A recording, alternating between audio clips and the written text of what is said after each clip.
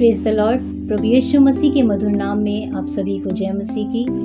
आज के दिन के लिए मैं खुदा का धन्यवाद करती हूँ जो उसने आपके और मेरे जीवन में एक नया दिन दिया है। और सच में जब आज सुबह मैं अपने पौधों में पानी डाल रही थी तो उन सभी पौधों में से एक पौधे पे मेरी नज़र गई और मैंने खड़े खड़े ये बात को मैं सोच रही थी वहाँ पर कि जब हम इस पौधे को हम लेकर आए थे तो ये कितना अच्छा था, इस पर अच्छे फल लगे हुए थे, कितना सुंदर पौधा था। ये देखने में ऐसा लगता था इसके फल हम तोड़ लें, लेकिन वो फल झड़ गए और पौधा आज भी है और हरा भरा है, लेकिन उसमें फल नहीं है। उस पर हमने खाद डलवाया, मिट्टी अच्छी करे, गुदाई करवाई, जो भी करना होता है उसका किया, माली को बुलवाया, उसने दवाइयाँ वगैरह लगाई, जो करना था किया।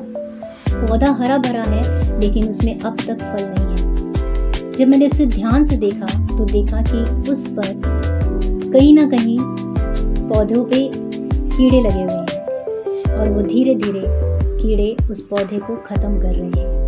मेरे भाइयों और बहनों, इस बात से मैं आप लोगों को ये बताना चाहती हूँ कि क्या हमारा मसीह जीवन आज ऐसा ही तो नहीं। हम हरे भरे हों, हम दिखने में बहुत अच्छे चल रहे हैं, लेकिन कहीं ना कहीं हमारे जीवन में वो फल नहीं है जो प्रभु यीशु मसीह हम सबसे चाहता है। जो प्रभु ने कहा है तुम फलवंत बनो, फलदायक हमें दूसरों के लिए बनना है। पहला थिमुथियुस उसका 4 अध्याय और उसके 12वें वचन में इस प्रकार से लिखा हुआ है, कोई तेरी जवानी को तुच्छ न समझने पाए, पर वचन, चाल चलन, विश्वास और पवित्रता में तो क्या कर दूसरों के लिए आदर्श बन जा।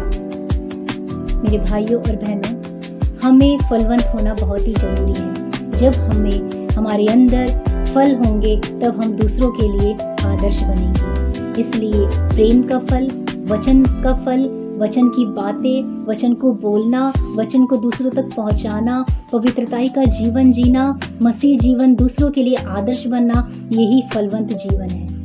तो मैं आप लोगों को बताना चाहती हूँ कि आप लोग फलवंत बने और प्रभु यीशु मसीह में बढ़ते चले जाएं, क्योंकि वो खुदा जो फलदायक है उन्हीं से प्रेम करता है। हालेलुया। हम उस कीड़े के समान जो पौधे को खराब कर रही है, वो बुराई का कीड़ा, उस दुष्ट के कीड़े को नाश करे यीशु नासरी के नाम से और अपने मसीह जीवन में बढ़ते चले जाएं, फलदायक बने। प्रभु आप सभी को आशीष दे। God bless you.